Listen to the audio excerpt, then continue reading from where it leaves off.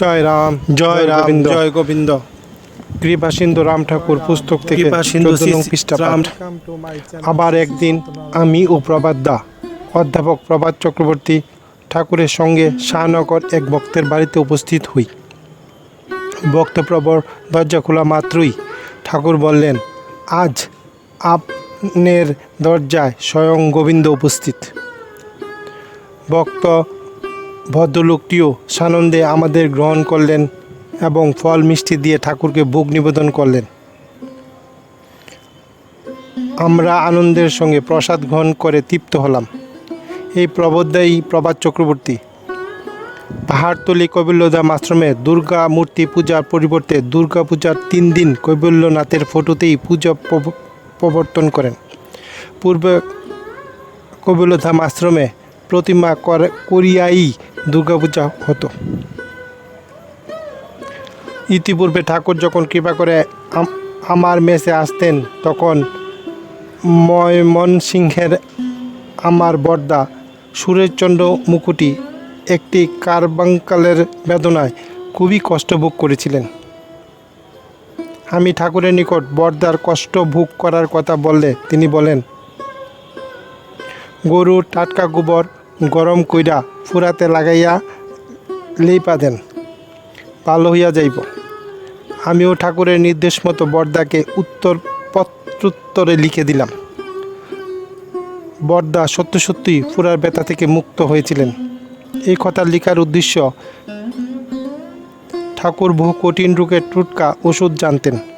প্রয়োজন মতো ভক্তদের ওই সব ওষুধের কথা বলতেন। তাতে অনেকেই উপকৃত হয়েছেন। ঠাকুরের সংস্পর্শে এসে দেখেছি যে ঠাকুরের জীবনলীলা বিচিত্র ও নানা অলৌকিক শক্তিতে সমৃদ্ধ, যা বুদ্ধি দিয়ে ব্যাখ্যা করা সম্ভব নয়। শ্রী শ্রী ঠাকুর তখন পুরীধামে ছিলেন। শ্যামদা ও ভুবনদার নিকট অবস্থান করছিলেন। ওরা এখানে কন্ট্রাক্টরি কার্যে নিযুক্ত ছিলেন। সংবাদ পেয়ে আমিও পুরীতে গিয়ে হাজির হলাম।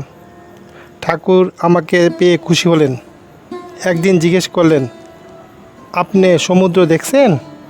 আমি বললাম, না, আমি আপনাকে দর্শন করতে এসেছি, আর এই প্রথম পুরী এলাম। সমুদ্র দেখার সময় পেলাম কোথায়? ঠাকুর মৃদু হেসে একদিন শ্যামদা ভুবনদা সহ আমাকে সমুদ্র দেখাতে নিয়ে গেলেন। সমুদ্রের তীরে এসে ঢেউ দেখিয়ে বললেন, প্রথম ঢেউ জগন্নাথ,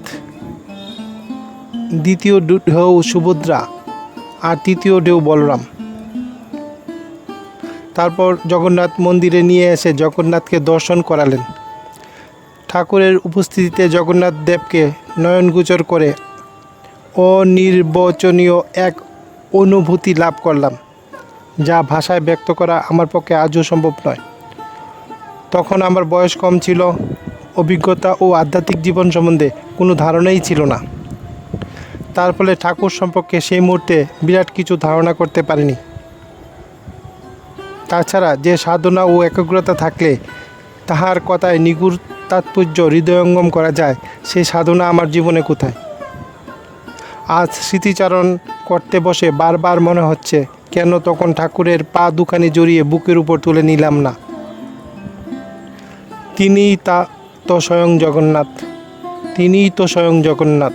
জগন্নাথ দেবী আঙ্গুল তুলে জগন্নাথ দেবকে দেখিয়ে দিয়েছিলেন, তবুও আমার চোখ খুলল না। সেদিন সেই মুহূর্তের কথা মনে হলে বেদনায় অন্তর ভরে ওঠে।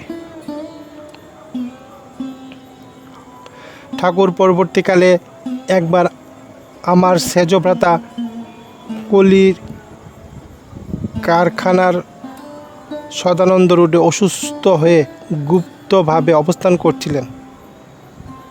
তখন নিজ মুখে একদিন আমার সেজভাইকে বলেছিলেন, আমি জগন্নাথ। পুরীধামে অবস্থানকালে শ্যামদা ও ভুবনদা কর্মস্থলে চলে গেলে আমি একাকী ঠাকুরের নিকট থাকতাম। তখন আমার মনে নানা প্রশ্ন ঠাকুরকে করতাম।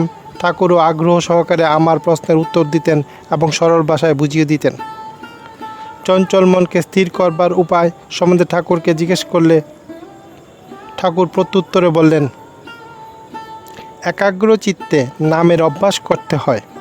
প্রথমে শূন্য চিন্তা করতে হয়, তারপর ধীরে ধীরে ধৈর্য সহকারে শ্বাস প্রশ্বাসের সঙ্গে সঙ্গে নাম করে যেতে হয়। সর্বদাই ধীর হতে হয়। ধীর অভ্যাসী মন, চিত্ত, ভাব সকল পবিত্র হয়। ধৈর্য ধারণ করে স্থির বুদ্ধির আশ্রয় করতে হয়, তাহলেই মনের চঞ্চলতা দূর হয়। সর্বদাই নামে নির্ভর করে থাকবে, নামই সকল পাপ হতে নিষ্কৃতি করবেন। সঙ্গে সঙ্গে চৈতন্য শক্তির উদয় হবে।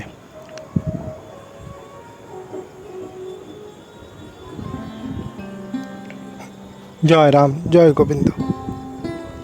সর্বদা সকল বার ভগবানের উপর রাখিয়া নাম করিতে থাকিবেন। নামে সূচি, নামেই উদ্ধার করেন। মানব ভাগ্যবশত সুখ দুঃখাদি ভোগ করিয়া থাকে, তাহার জন্য উদ্বিগ্ন হতে নাই। সংসার ধর্ম অকর্তার বুদ্ধি। এই বুদ্ধি আহরণে সকল পাপ মুক্ত হইয়া কৃতকর্ম স্থির করে। বুদ্ধি স্থির করিয়া নিত্য আনন্দ ধামে প্রাপ্তি। সুখে দুঃখে সমান করিয়া নিত্য আনন্দ থাকে। শ্বাস প্রশ্বাসের মধ্যস্থল বলিতে একমাত্র হৃদয়কেই বলে। সেখানেই নাম স্থিতি স্থল জানিতে হয়। শ্বাস প্রশ্বাসের মধ্যস্থল বলিতে একমাত্র হৃদয়কেই বলে। সেখানেই নামের স্থিতিস্থল জানিতে হয়। জয় রাম, জয় গোবিন্দ। অর্থাৎ সমস্ত মানব হৃদয় অবস্থান করিয়া ঈশ্বর দেহযন্ত্রে সমাসীন জীবগণকে সর্বদা মায়ার বিমোহিত করিয়া ভ্রমণ করাইতেছেন। অর্থাৎ সমস্ত মানব হৃদয় অবস্থান করিয়া ঈশ্বর দেহযন্ত্রে সমাসীন জীবগণকে সর্বদা মায়া বিমোহিত করিয়া ভ্রমণ করাইতেছেন। তাই তো হৃদয়ের মন রাখিয়া সর্বদা নাম উচ্চারণ করিলে মনের শক্তি দৃঢ় হয়। নামের স্মরণ, নামের শক্তি মায়ার বিপর্যয় হইতে রক্ষা পায়। তাই তো হৃদয়ে মন রাখিয়া সর্বদা নাম উচ্চারণ করিলে মনের শক্তি দৃঢ় হয়।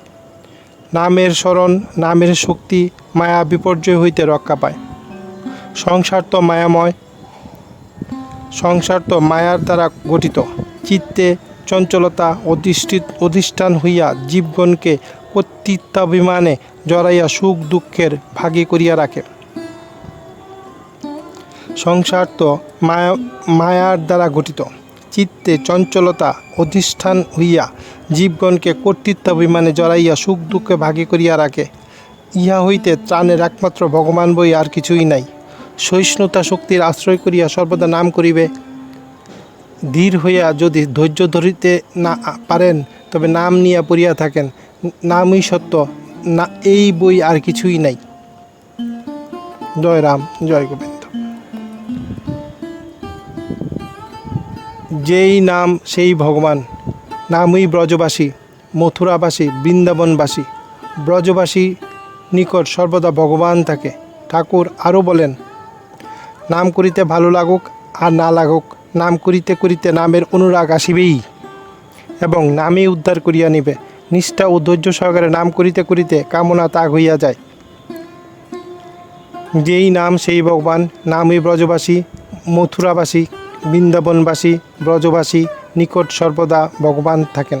ঠাকুর আরও বলেন, নাম করিতে ভালো লাগুক আর না লাগুক, নাম করিতে করিতে নামের অনুরাগ আসিবেই এবং নামেই উদ্ধার করিয়া নিবে।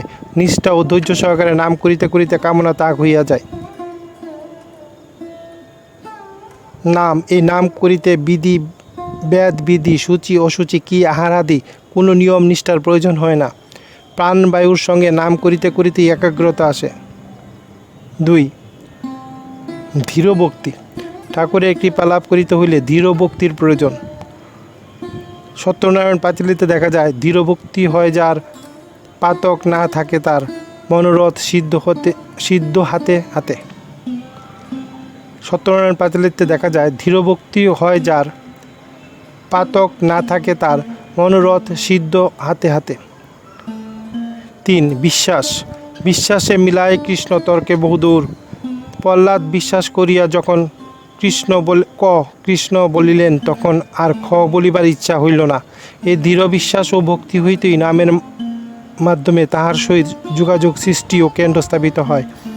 4 শ্রদ্ধা, শ্রদ্ধাবান লভতে গানম। এই শ্রদ্ধা হইতেই সেই অন্তরের গান গুরুর কৃপা নামের মাধ্যমে প্রস্ফুটিত হইয়া থাকে।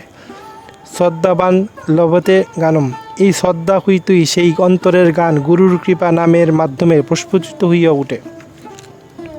5 প্রেম, বিনা প্রেমে সেনা মিলায় নন্দলালা। সেই নাম চিন্তামণির কৃপায় প্রেম দ্বারা ভজন সহজ হইয়া ওঠে এবং সেই মনে জাগে তুমি আমার আমি তোমার, এবং তখনই ঈশ্বর নিকটতম হয়। 6 ধৈর্য, ঠাকুর বলিতেন ধৈর্যই ধর্ম, ধৈর্যই কর্ম, ধৈর্যই গান, ধৈর্যই ধ্যান জানিবেন। এই ধৈর্য ধরিয়া নামের আশ্রয় করিয়া থাকিয়া প্রাণের সঙ্গে বাস করিলে ব্রজভূম বাস হয়। ধৈর্য ধরিয়া অদৃষ্ট চক্রে ব্যাগ সহ্য করিয়া প্রাণের সঙ্গে নাম করিলে গুরুর কৃপা লাভ হয়। ঠাকুর বলিয়াছেন ধৈর্য, ঠাকুর বলিতেন ধৈর্যই ধর্ম, ধৈর্যই কর্ম, ধৈর্যই গান, ধৈর্যই ধ্যান জানিবেন। সেই ধৈর্য ধরিয়া নামের আশ্রয় থাকিয়া প্রাণের সঙ্গে বাস করিলে ব্রজভূম বাস হয়। ধৈর্য ধরিয়া অদৃষ্ট চক্রে ব্যাগ সহ্য করিয়া প্রাণের সঙ্গে নাম করিলে গুরুর কৃপা লাভ হয়। 7 অক্রোধ, ঠাকুর বলিতেন অক্রোধ পরমানন্দ নিত্যানন্দ রায়, অভিমান শূন্য নিতাই নগরে বেড়ায়। ধৈর্য সহকারে নাম করিতে করিতে নামের শক্তির দ্বারা এই ক্রোধকেও জয় করা যায়। 8 কর্তৃত্ব ও অহমিকা বর্জন, ঠাকুর অধিকাংশ সময় বলতেন অহংকার বিমূঢ়তা কর্তা হমিতি মান্যতে, অহংকার বিমূঢ়তা কর্তাহমিতি মান্যতে। সুতরাং কর্তাভিমান বর্জন করিয়া সবসময় নিজেকে নিরাশ্রয় মনে করিয়া তাহার চরণে আত্মসমর্পণ করিতে হয়। কর্তৃত্বাভিমান বর্জন করিয়া সবসময় নিজেকে নিরাশ্রয় মনে করিয়া তাহার চরণে আত্মসমর্পণ করিতে হয়। সকলেই গুরু কৃপা, গুরু কৃপাহি কেবলম, গুরু কৃপাহি কেবলম। সত্যের অধীন হইয়া সত্যের সেবা করিয়া মন বুদ্ধি অহংকার বিয়োগ করিয়া অখণ্ড সত্য লাভ করা যায়। সত্যের অধীন হইয়া সত্যের সেবা করিয়া মন বুদ্ধি অহংকার বিয়োগ করিয়া অখণ্ড সত্য লাভ করা যায়। আবার একদিন ঠাকুরকে জিজ্ঞেস করলাম, জাতক অশৌচ বা মৃত অশৌচ নারায়ণশীল ও গুরু পদপাদ্য যাহা আমি নিত্য পূজা করি, স্পর্শে কোনো বিধিনিষেধ আছে কিনা। সেই প্রসঙ্গে ঠাকুর বলিলেন, ঘরে যদি বৃদ্ধ মাতা পিতা থাকে তবে তাগো সেবা করেন না, খাইতে দেন না। ঠাকুরকে সেবাও সেই মন নিয়া করবেন। এই প্রসঙ্গে ঠাকুর বলেন, ঘরে যদি বৃদ্ধ মাতা পিতা থাকেন তবে তাগো সেবা করেন না, খাইতে দেন না। ঠাকুর সেবা ও সেই মন নিয়া করবেন। সেই সময় ঠাকুরের প্রতি আমার তীব্র আকর্ষণ বোধ হয়েছিল। সে ঠাকুরের কাছে না থাকলে মন খুব বিচলিত হতো এবং ঠাকুরের অভাব সর্বদা অনুভব করতাম। সেই প্রসঙ্গে ঠাকুরকে জিজ্ঞেস করলে ঠাকুর প্রত্যুত্তরে বললেন, আমি কিন্তু কোথাও যাই না, সর্বদা আপনাকে সঙ্গে থাকি। আয়নাতে আপনারা আপনাদের চেহারা যেমন দেখেন তার চাইতে পরিষ্কার আমি আপনাকেও দেখি। আমি ফটোতে সর্বদা বিরাজমান থাকি। এই ফটোর সঙ্গে প্রণয় হইলে আপনার মন খারাপ হইব না।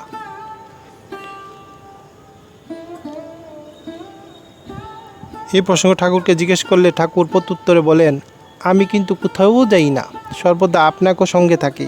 আয়নাতে আপনারা আপনাদের চেহারা যেমন দেখেন তার চাইতেও পরিষ্কার আমি আপনাকে দেখি। আমি ফটোতে সর্বদা বিরাজমান থাকি। এই ফটোর সঙ্গে প্রণয় হইলে আপনার আপনেই মন খারাপ হইবে না। এই ফটোর সঙ্গে প্রণয় হইলেই আপনের মন খারাপ হইবে না। জয় রাম, জয় গোবিন্দ। গুরুদেব সবার মঙ্গল করো। আজকে পাঠ এখানেই শেষ। পৃষ্ঠা 19। জয় রাম, জয় গোবিন্দ।